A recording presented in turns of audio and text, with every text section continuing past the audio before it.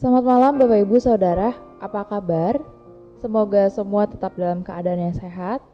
Dan hari ini kita kembali bersama-sama di dalam PA secara virtual untuk membahas tema yang hari Minggu sebenarnya juga sudah kita dengarkan di dalam khotbah. Mari kita lebih dalam lagi menelaahnya, mari kita lebih dalam lagi berefleksinya agar kita bisa mendapatkan pesan apa yang bisa kita nyatakan di dalam diri kita terkait dari teladan Kristus dan juga kehidupan sehari-hari kita. Bapak Ibu, sebelum kita mulai, kita akan meminta pertolongan Roh Kudus untuk memberikan kita hikmat. Mari kita berdoa.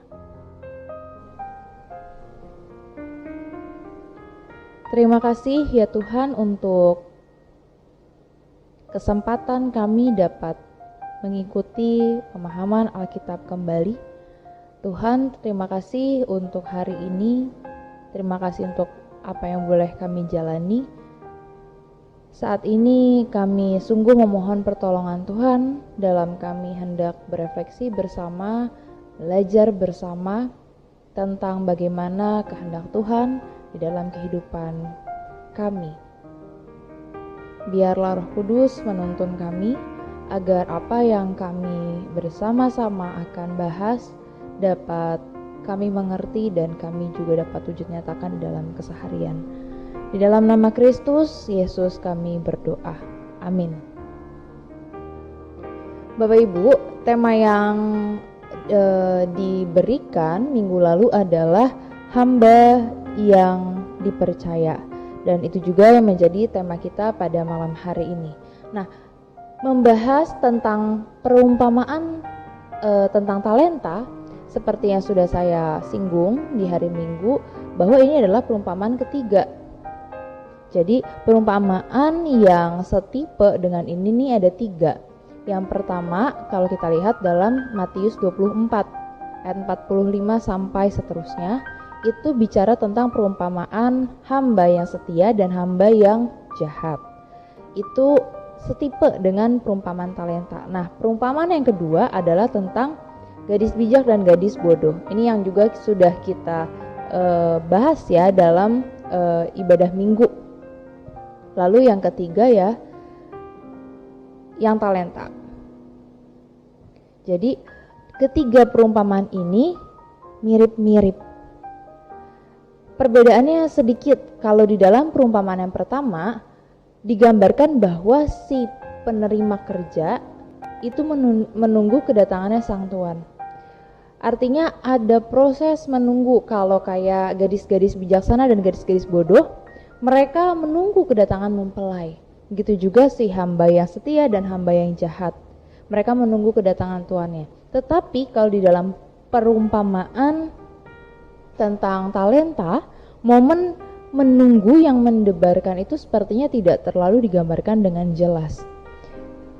Dalam Matius 25 ayat 14 sampai 30 dicatat bahwa tuan itu pulang setelah sekian lama ia pergi dan langsung mengadakan perhitungan dengan hamba-hambanya. Memang ketiga perumpamaan ini tidak dijelaskan juga sebenarnya siapa sih tuan yang dimaksud. Tapi pokok cerita dari perikop atau perumpamaan ini jelas bicara tentang seseorang yang mempercayakan tugas kepada orang lain dan orang lain mempertanggungjawabkan tugas itu. Tugas yang dipercayakan dalam perumpamaan tentang talenta adalah talenta. Berkaitan dengan talenta, Tuhan memberikan talenta kepada ketiga hambanya dengan perbedaan nilai masing-masing. Saya rasa ini nggak perlu diulang-ulang, nggak perlu dibahas lebih dalam tentang si ini berapa, si itu berapa. Tapi uniknya kita lihat sisi yang menarik. Ketika si Tuhan ini memberikan, dia ternyata tidak minta syarat. Dia nggak minta setidaknya kayak kontrak begitu. Artinya apa? Ketika dia memberikan, ya dia memberikan aja Dia nggak minta bahwa uangnya nanti ketika saya pulang harus kembali sekian, atau uang ini harus dikembalikan beserta dengan nominal tertentu tambahan. Nggak ada kayak gitu. Tetapi menariknya di sini, kira-kira kenapa si tuan memberikan uang yang nilainya justru berbeda satu sama lain? Dia kan nggak menuntut apa-apa dari apa yang dia berikan, tetapi kenapa dia memberikan itu dengan nilai yang berbeda? Emang kalau sama rata kenapa sih? Gitu ya. Ini menarik untuk ditelaah lebih lanjut. Apa mungkin si tuan ini adalah tuan yang tidak adil kepada hamba-hambanya? Kok yang itu banyak, yang ini sedikit, begitu. Mari kita melihat dari sisi yang berbeda. Orang yang kepadanya diberikan talenta oleh si tuan adalah hamba dari tuan itu kan. Ketika si tuan bekerja dan mengenal hamba-hambanya, maka ia akan tahu apa yang menjadi kebutuhan hambanya, apa yang menjadi keinginan mereka, dan bagaimana kemampuan mereka. Tuan dalam perumpamaan ini digambarkan sangat mengenal hamba-hambanya. Ini yang mau ditonjolkan sepertinya. Ini terbukti dari bagaimana si tuan memberikan jumlah yang berbeda kepada si hamba-hambanya, berdasarkan apa yang mereka mampu, berdasarkan apa yang cocok untuk mereka. Nah, ini mau menggambarkan pengenalan yang dalam dari si tuan kepada si hamba. Tetapi ketika tuan itu sudah memberikan talenta-talenta kepada hamba-hambanya, kemudian dia pergi, ternyata ada sedikit polemik yang terjadi. Ketika tuan itu kembali lagi, dia melihat bahwa ada hamba yang keberatan sepertinya. Hamba yang kayaknya ngomel-ngomel gitu sama si tuan. Sampai dia bilang tuannya itu sosok yang kejam, yang menuai di tempat di mana ia tidak menabur, dan memungut di mana ia tidak memungut di tempat di mana ia tidak menanam, begitu. Dan kalau kita lihat dari ayat 26 sampai 30, ini adalah respons dari tuan atas tuduhan-tuduhan yang disampaikan si hamba tersebut. Nah, ini nih bagian yang cukup menarik, begitu. Jika kita perhatikan, si tuan di sini akan berkata hal yang sepertinya mengiyakan apa yang dikatakan oleh si hamba. Nah, apa artinya bahwa tuan ini betul adalah tuan yang kejam? Jadi begini Bapak Ibu, ini adalah gaya bahasa yang menarik, yang unik, karena di dalam dialog ini si tuan seperti menantang apa yang diketahui oleh hambanya.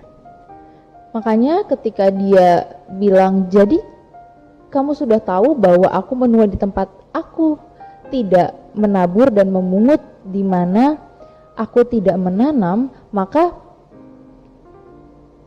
kalimat itu tidak berhenti begitu saja. Itu dilanjutkan dengan kalimat lainnya.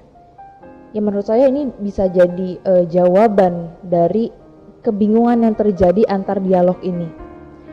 Kata tuannya, karena itu sudah seharusnya lah uangku itu kau berikan kepada orang yang menjalankan uang, supaya sekembaliku aku menerimanya beserta dengan bunganya. Apa yang dimaksud? Si tuan menjawab seperti itu dengan maksud bahwa kalaupun aku kejam dan aku melakukan seperti apa yang dituduhkan kepadaku, seharusnya engkau tidak menguburkan uang itu juga. Kalaupun aku kejam dan engkau dituntut untuk seperti itu, seharusnya engkau menaruh uang itu kepada orang yang bisa mengusahakan uang itu, bisa menjalankan uang itu supaya akan ada labanya dan itu akan berkembang. Nah, di sini kan tuduhan hamba ketiga seolah tuannya menuntut dia untuk menghasilkan yang banyak, tanpa si tuan ini mau tahu bagaimana hamba-hambanya. Padahal kan enggak. Bahkan si tuan memberikan itu dengan tulus kepada ketiga hambanya. Nah, ini yang dimaksud bahwa dalam relasi dengan Tuhan, ketika kita tarik dalam konteks kehidupan kita sekarang, banyak juga orang yang salah paham Banyak orang yang menuduh Tuhan tidak adil dengan mempersoalkan pemberian Tuhan kepada dirinya atau kepada keluarganya. Ada orang yang lebih bahagia sepertinya, ada orang yang lebih nyaman hidupnya, ada orang yang mungkin lebih cantik, ada orang yang lebih tampan, ada orang yang lebih kuat, ada orang yang lebih sehat, orang yang lebih berkuasa dari orang yang lain. Kemudian mungkin ada banyak orang yang mau menghakimi Tuhan sebagai sosok yang curang karena merasa Tuhan lebih memberkati orang lain dibandingkan dirinya, yang mungkin sedang berada dalam kesusahan, yang mungkin sedang diterpa berbagai pergumulan. Padahal sesungguhnya Tuhan memberikan kepada manusia menurut kasih dan pengenalannya yang sempurna atas diri kita sebagai manusia. Sangat mungkin ini yang juga terjadi pada hamba yang ketiga. Ia merasa 1 talenta gak ada apa-apanya dengan yang menerima 2 dan 5 talenta. Oleh karena itu, ia memilih untuk menguburnya dan tidak melakukan apa-apa.